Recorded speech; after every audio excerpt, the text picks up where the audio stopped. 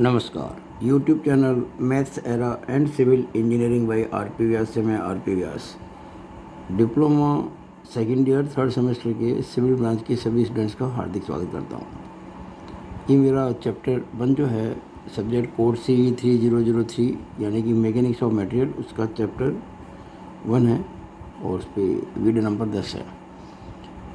आपने अब तक मेरे पिछले सभी 9 वीडियो देखे हैं, अच्छा लगा। और अगर मेरी वीडियोज़ आप बराबर देखेंगे सीक्वेंस में तो आपको बहुत लाभ होगा। मैं कोशिश करूँगा कि रोज़ाना कम से कम एक वीडियो ज़रूर छोटा छोटा बना के आपके लिए डालूँ ताकि आपको सब्जेक्ट की नॉलेज मिल सके। इस वीडियो में आज मैं आपके लिए लेके आया हूँ symmetrical I section. Symmetrical I section, Hindi में कहेंगे इसको सममित आई खंड। देखिए, ये बताना आवश्यक है कि ये जो सब्जेक्ट हम पढ़ रहे हैं मैकेनिक्स ऑफ मटेरियल, उसमें भी खास तौर पे जो ये पहला चैप्टर चल रहा है मोमेंट ऑफ इनर्शिया, ये आपके स्ट्रक्चरल जो डिज़ाइन बाद में आने वाली है, RCC है, स्टील है, इसके अलावा जो सब्जेक्ट है थ्योरी ऑफ स्ट्रक्चर्स, उनके लिए नींव की ईंट है ये चैप्टर। ये चैप्टर अगर आप अच्छे से करेंगे तो ही आगे दिक्कत नहीं आएगी, वो ना बहुत दिक्कत आने वाली होगी। इसलिए चैप्टर पहला रखा गया है सिलेबस के अंदर। इसको बहुत ध्यान से आप समझेंगे तो बहुत आसान बन जाएगा। बस मेरे वीडियोज़ आप बराबर देखते रहिएगा लाइन से, तो आपको कोई भी चीज़ में दिक्कत नहीं आएगी। सिमेट्रिकल आई सेक्शन का मतलब है कि वो एक्स एक्सिस और वाई एक्सिस दोनों के ऊपर सिमेट्री होती है, ये हम बात करना चाह रहे हैं। अब इस प्रकार का मैं एक पहले क्या करता हूँ कि हल्का सा एक रेक्टेंगल बना लेता हूँ समझाने के लिए। ये लो, इसकी सेंटर लाइन ना यहाँ से हल्की सी लाइन खींच देता हूँ, तो ये है ना, यहाँ से एक लाइन खींच देता हूँ। फिर ऊपर से कुछ डिस्टेंस लेके लाइन खींच देता हूँ। फिर यहाँ से कुछ डिस्टेंस जितनी यहाँ लगी ना उतनी यहाँ से लेके लाइन खींच देता हूँ। फिर यहाँ से कुछ इस प्रकार की और यहाँ से कुछ इस प्रकार की, और अब मैं इसको घेरा कर देता हूँ। ये बन गया symmetrical I section. It is symmetrical I section. ये देखिए आप, इसकी जो आकृति है वो आई की तरह है। और अब मैं ये एक्सिस बना दी मैंने, एक्स एक्सिस, और ये हो गई वाई एक्सिस।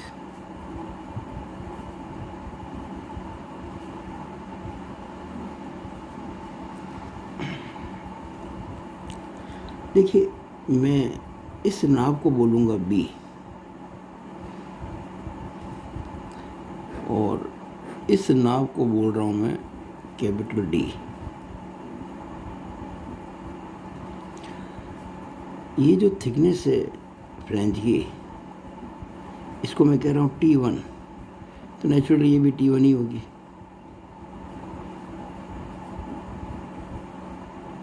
ये फ्लैंज थिकनेस है। आप बहुत ध्यान से समझिएगा, इन चीज़ों को समझ लेंगे तो बहुत आसानी बाद में होगी आपको। अब अगर ये T1 है, ये भी T1 है, तो कुल कितना हो गया दोनों मिलाकर 2T1, और कुल ये D थी, तो ये कितनी है, बीच की कितनी रह जाएगी, ये रह जाएगी D - 2T1। जैसे टोटल मान लो 200 mm है और ये मान लीजिए 20 mm है, तो 20 और 20 40 घटा दो 200 में से, ये 160 हो जाएगी। इसी तरह से ये जो थिकनेस है, ये अंदर वाली, इसको मान लीजिए मैंने कह दिया T2। कितना कह दिया, ये मान लीजिए T2 है, ये वाली इतनी, ये वाली T2 है। तो आप ज़रा सोच के बताएं ये कितनी होगी, सोचे ज़रा इस बारे में, ये कितनी होगी और ये कितनी होगी। अच्छा, ये सिमेट्री है ना, यानी ये जो लाइन दिख रही है आपको, इसके अबाउट सिमेट्री है, जितना इधर है उतना ही उधर है। इसका मतलब अगर ये B है, ये T2 है, तो B में से T2 घटाएं आप तो कितना बचेगा, B माइनस T2। और वो जो B माइनस T2 बचेगा वो इन दो भागों में बढ़ जाएगा, यानी ये B माइनस T2 बटा 2 और ये भी B माइनस T2 बटा 2। अब इस प्रकार के जो सेक्शंस हैं ये कहलाते हैं सिमेट्रिकल आई सेक्शन। सिमेट्री क्यों? कि ये जो लाइन दिख रही है आपको, ये वाली, इसके जैसा ऊपर है वैसा ही नीचे है, एग्जैक्टली ऊपर नीचे बिल्कुल एक जैसा है। इसी तरह से जो ये लाइन दिख रही है ये वाली, इसके अबाउट भी जैसा बाएं है वैसे ही दाएं है, तो सिमेट्री हो गई। अब इसका मोमेंट ऑफ इनर्शिया निकालने के लिए हमारे पास में 3 रास्ते हैं। There are 3 ways to find moment of inertia. मैं अबाउट एक्स एक्सिस की बात कर रहा हूँ, मैं अभी अबाउट वाई की बात नहीं कर रहा हूँ, मैं एक्स की ही बात कर रहा हूँ। तो देखिए, आई एक्स निकालना मेरे को, moment of inertia about X axis निकालना है। पहला मेथड, आप किसी मेथड से करें आंसर एक ही आएगा, फिर आपको जो अच्छा लगे उससे आप करें। देखिए, मुझे ये आई चाहिए, ये आई में ये तो ये फ्लेंज है, एक ये दूसरा फ्लेंज है और ये वेव है। मैं आपको आसान तरीका बता रहा हूँ। सबसे पहली बात आप दिमाग में रखें कि जहाँ तक कोशिश हो हमें समांतर अक्ष प्रमेय लगाने की आवश्यकता ना पड़े। मतलब हम नहीं चाहते कि पैरेलल एक्सिस थ्योरम का प्रयोग करें, जहाँ तक हो सके। जब नहीं हो सके तो करना ही पड़ेगा, लेकिन जब सेक्शन सिमेट्रिकल होता है ना, तो पैरेलल एक्सिस थ्योरम के बिना काम हो सकता है। कैसे देखिएगा, अगर मैं ये कहूँ कि पूरा जो रेक्टेंगल है, पूरा बड़ा वाला, जिसकी विड्थ B और डेप्थ D, इसकी सीधी कहाँ आएगी? बिल्कुल यहाँ आएगी ना, पूरे इस आयत की कंप्लीट। अब अगर मैं जो डॉटेड कर रहा हूँ पोर्शन, डॉटेड दिख रहा है, कोई डॉटेड कर रखा मैंने ये वाला, और ये भी डॉटेड है। अगर मैं इस बड़े वाले रेक्टेंगल में से ये डॉटेड वाले 2 छोटे रेक्टेंगल घटा दूँ तो आई बच जाएगा। देखिएगा, ये बड़ा वाला रेक्टेंगल है फुल, उसमें छोटा डॉटेड वाला, और ये भी डॉटेड वाला छोटा वाला, ये वाला, ये दोनों अगर इस पूरे में से लेस कर दें तो आई बच जाएगा। अब आप देखें कि जिस रेक्टेंगल में से घटाया गया है और जिन रेक्टेंगल को घटाया गया है, the rectangle from which we deducted and the rectangle which are deducted, यानी जिनको कम किया गया है, उनकी सीधी एक ही लाइन पर आ रही है। ये जो डॉटेड रेक्टेंगल है, इसकी सीधी कहाँ आएगी? ये सेंटर आएगा ना, सेंट्रल ग्रेविटी इसकी, इस छोटे वाले की। और ये जो छोटा वाला है इसकी भी सीधी यहाँ आएगी। और ये जो बड़ा वाला है फुल, इसकी सीधी यहाँ आएगी। आप देख रहे हैं ये पॉइंट, ये पॉइंट, ये पॉइंट, तीनों इस एक ही लाइन पर हैं, ऑन द सेम लाइन।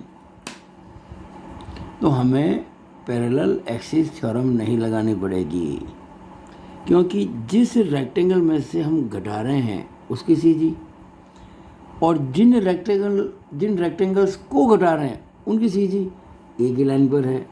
ये वही लाइन है जो कि आई सेक्शन की भी एक्स एक्सिस है। इसका मतलब हमें H0 लेना है। तो हमें देखिए, पैरेलल एक्सिस थ्योरम तब लगाई जाती है जब आपको सेंट्रोइडल एक्सिस के अबाउट पता हो और किसी और एक्सिस के पैरेलल जो उसकी होती है निकालना होता है। तो यहाँ ऐसा कुछ भी नहीं है। तो ये फर्स्ट मेथड बड़ा आसान हो गया। आई एक्स बराबर, मैं बड़ा वाला रेक्टेंगल लूँगा, उसकी सीधी ये रही, तो इसके अबाउट क्या हो जाएगा? इसका moment of inertia B into D³ बटा 12। क्योंकि तो पूरा रेक्टेंगल है, मुझे ये दो छोटे घटाने हैं, तो माइनस एक छोटा है ना, इसकी विड्थ कितनी है, B minus T two upon two, बताया मैंने, B minus T two upon two, ये तो बी हो गया। डी माइनस की डेप्थ कितनी हो गई, डेप्थ ये वाली हो गई, D minus two T one, D minus two T one, इसका क्यूब कर देंगे, होता ना बी डी क्यूब बटा 12, ये तो है इसका बी और ये है डी, ये क्यूब कर दिया बटा 12, और इसको मैं 2 से गुणा कर देता हूँ, क्योंकि ऐसे 2 है ना, ये आपका आंसर आ गया, ये आ गया। ये सबसे आसान तरीका है सिमेट्रिकल आई सेक्शन के लिए। नो मेथड, ये तो मेथड 1 था, अब मेथड 2, मेथड 2 निकालते हैं। देखिए मेथड 2 में क्या करना है कि हम फ्लेंज का अलग निकालेंगे, वेव का अलग निकालेंगे।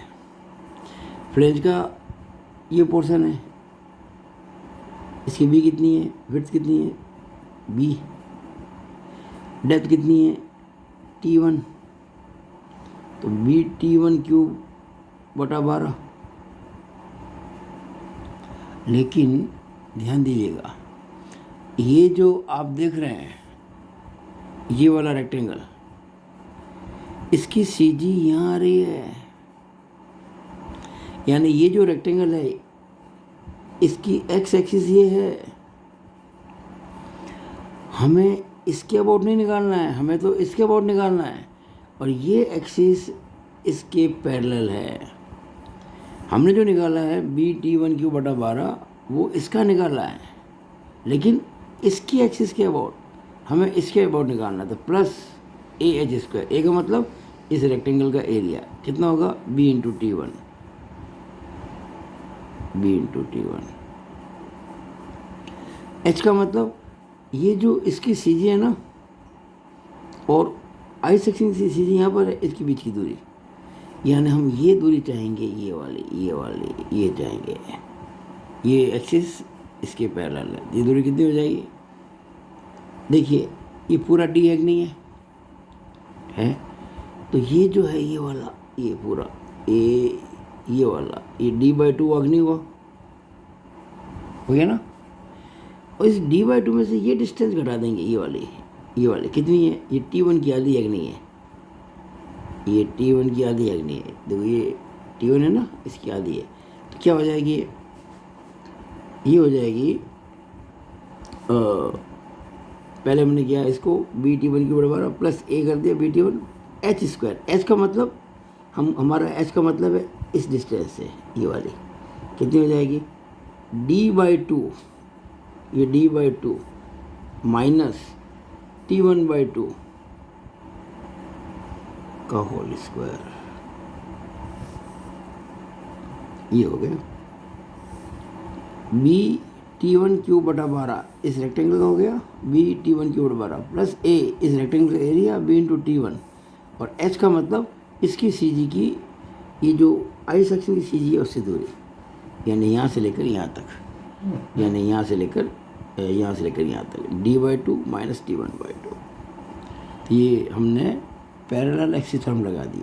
ये अभी जो निकला है ये वाला, ये इसका निकला है एक फ्लेंज का, और ऐसे 2 फ्लेंज हैं, तो क्या करेंगे भाई, अब हम क्या करेंगे, इसको पूरा को लेंगे ब्रैकेट में और यहाँ 2 से गुणा कर देंगे, 2 से, यानी ये जो कुछ आएगा ना इसको मल्टीप्लाई 2 से कर देंगे, तो ये एक फ्लेंज का था इंटू 2 कर दिया, 2 का आ गया, तो हमने देखिए इसका निकाल दिया, इसका भी निकाल दिया, अब इसका निकालेंगे। अब ये जो दिख रहा है वेव, इसकी सी जी ये रही, और ये इस एक्सिस पर ही आ रही है, यानी इसके अंदर एच 0 हो जाएगा, पहले में 0 नहीं था, पहले में ये जो फ्लेंज था उसकी सी जी ये थी, और आई सेक्शन सी जी ये है, ये दोनों अलग अलग है, ये इस लाइन पर है, वो उस लाइन पर है, पर इस वेव की जब मैं बात करता हूँ तो वेव की सी जी और आई सेक्शन सी जी एक ही है, तो इसका सिंपल हो जाएगा बी डी की बटा 12, बी का मतलब ये थिकनेस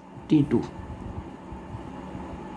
डी का मतलब ये डेप्थ कितनी है, d-2T1, d-2T1 का क्यूब बटा 12, T2 into D minus 2T1 का क्यूब बटा 12।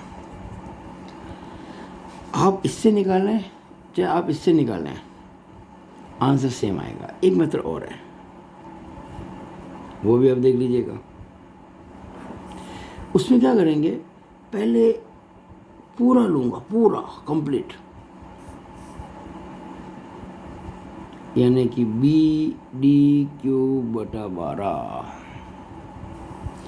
तो ये जो पूरा जब लिया मैंने, इसकी सीधी ये रही और x एक्सिस यही है, तो h0 हो गया।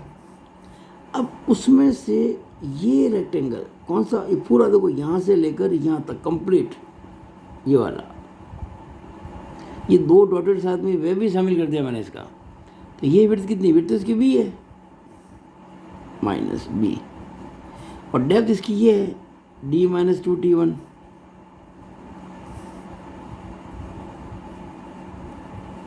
क्यूब बटा 12।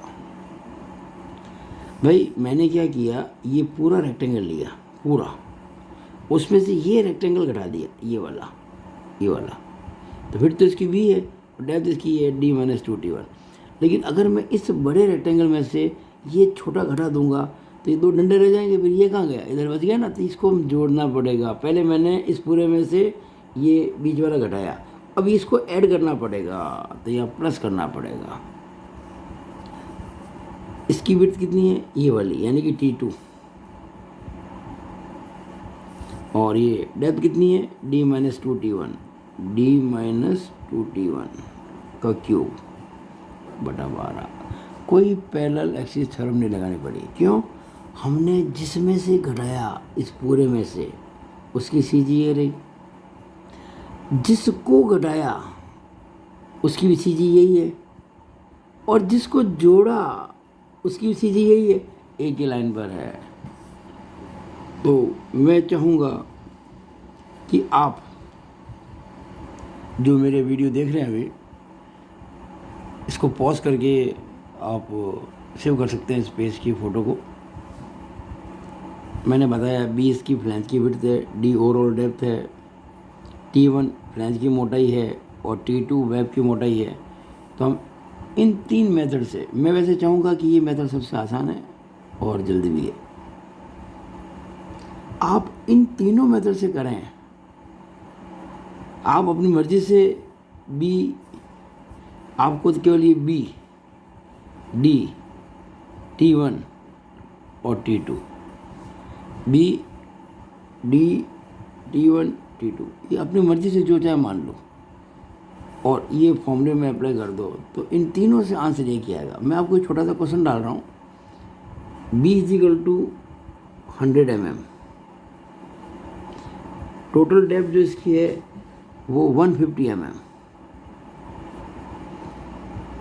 T1 जो है इसका वो है 10 mm, और T2 जो इसका है वो है 8 mm। ये मैंने वैल्यूज आपको दे दी और ये तीनों फॉर्मूले रहे। तो मैं आपको इसका आंसर देता हूँ, I will give you the answer. आप जब IX निकालोगे, मुझे आंसर चाहिए सेंटीमीटर 4 में, तो IX इसका आएगा 1128.133 1128.133 सेंटीमीटर 4। एक्चुअली हम जो ये डाटा लाएंगे mm के अंदर, तो आंसर हमारा आएगा mm4 में आएगा, मिलीमीटर 4 में आएगा, और आंसर मैंने दिया आपको सेंटीमीटर 4 में। तो आपको जो भी आंसर आएगा ना, उसको 10⁴ से डिवाइड करना पड़ेगा, क्योंकि 1 सेंटीमीटर में 10 mm होते हैं। तो 1 सेंटीमीटर की पावर 4 में 10⁴ mm4 है, यानी कि 10⁴ mm4, तो ये हो जाएगा। ये हमारा आंसर है, मैंने आपको आंसर दे दिया है। अब मुझे इसी का IY निकालना है। तो एक बार ऐसा करता हूँ, फिगर वापस बना देता हूँ ताकि बार बार मुझे पन्ना नहीं बदलना पड़े।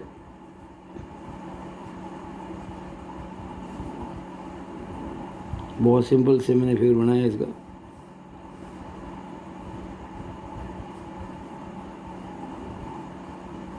ये एग्जैक्टली वही फिगर है। ये B है, ये T1 है, ये भी T1 है,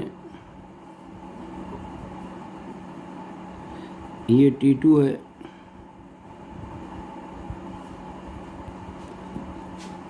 और ये जो ओवरऑल डेप्थ है ये वाली, ये D है। अब आप जब ये निकालेंगे तो ये D माइनस 2T1, वही अभी जो पिछले पेज पे किया था ना वही काम कर रहा हूँ मैं सारा। और ये जो डॉटेड में कर रहा हूँ, ये वाला डॉटेड पोर्शन, ये भी डॉटेड कर रहा हूँ।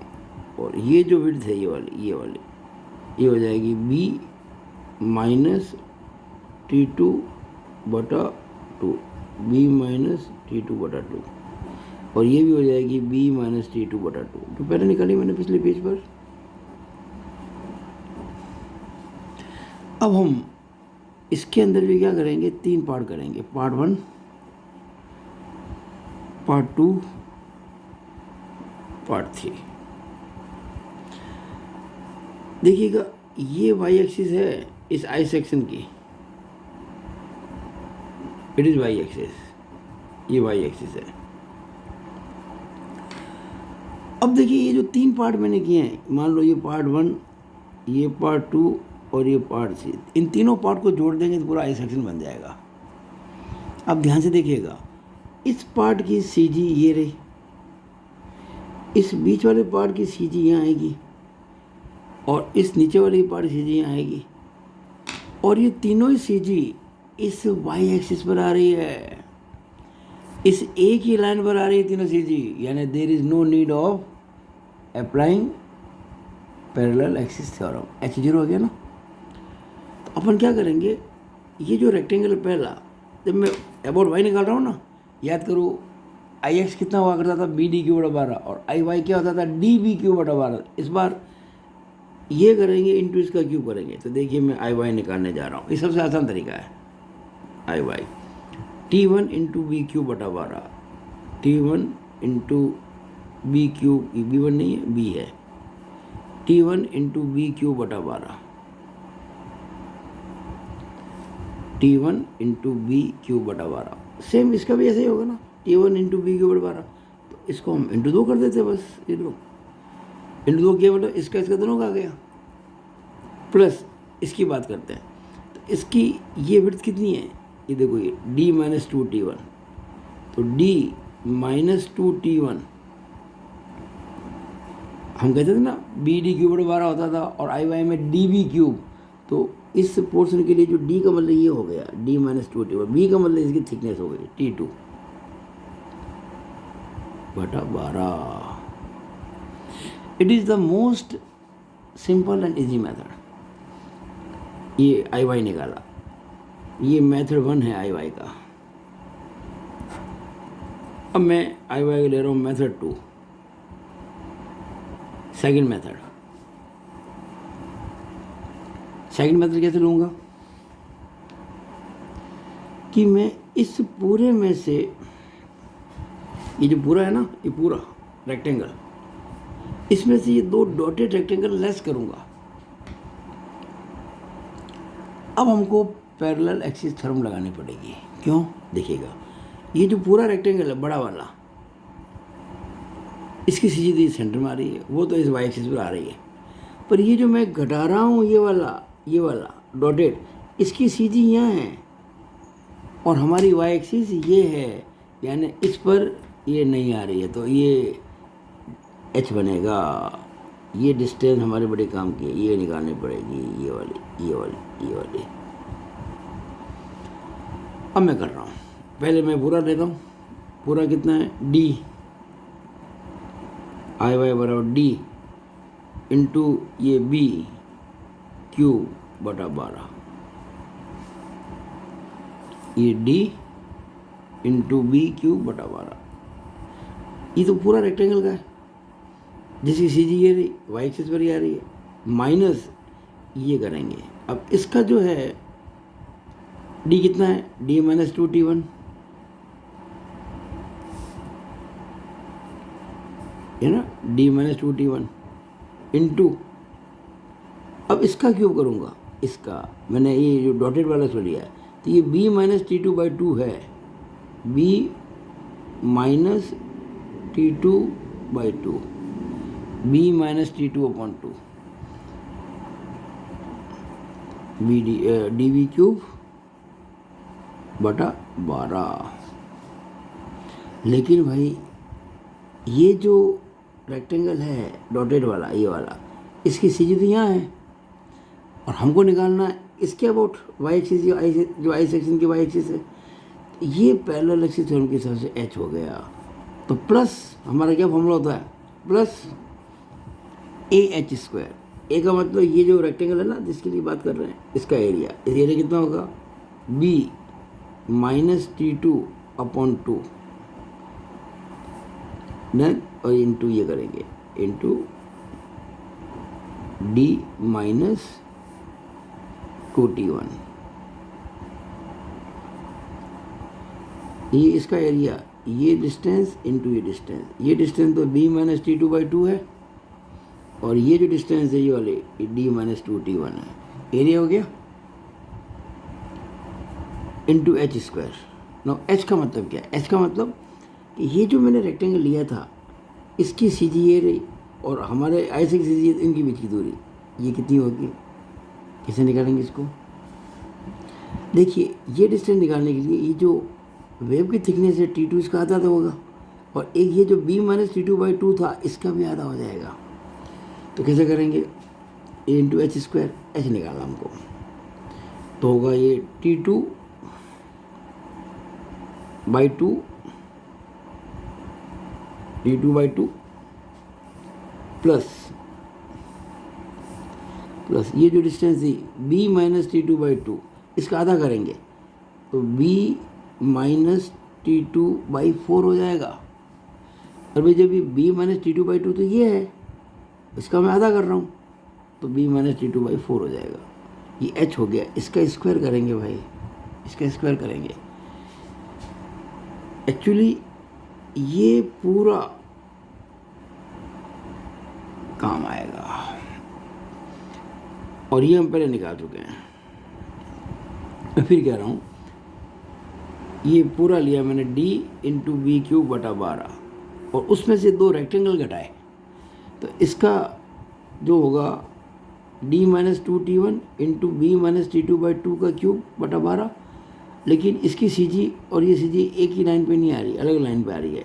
तो प्लस ए का मतलब इसका area b minus T two by two into D minus 2t1 और इंटू एच स्क्वायर, और एच का मतलब ये डिस्टेंस, ये T2 by two plus B minus T two by two का भी आधा यानी b minus T two by four और इसका स्क्वायर कर दिया। अब आप ये पूरा बड़ा वेक्टर कर देते हैं हम यहाँ पे। अब देखिएगा ये कितना आसान था, ये मेथड कितना सिंपल था, पहला मेथड, ये मेथड दूसरा वाला। लेकिन आपको मेथड आने सब चाहिए बेसिक क्लियर करने के लिए।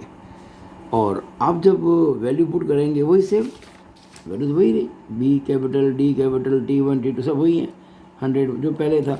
इसका जो आंसर आएगा आई वाई का, मैं आपको आंसर दे रहा हूँ, आप इसको करें, आंसर आएगा 167.2213 सेंटीमीटर की पावर 4, ये आंसर आएगा इसका। आप करें इसको, मैं चाहूँगा कि आप खुद करें और देखेंगे आपके ये पहला मेथड जो है ये वाला कितना आसानी से हो गया।